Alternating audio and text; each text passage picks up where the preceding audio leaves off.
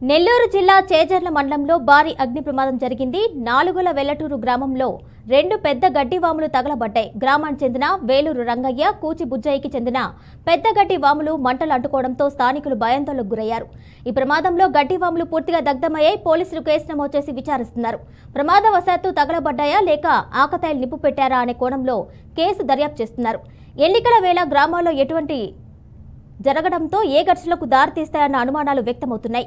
కాగా వారం క్రితం రెండు గడ్డివాములు తగలబడగా ఇవాళ మరో రెండు గడ్డివాములు తగలబడడం స్థానికంగా కలకలం రేపుతుంది.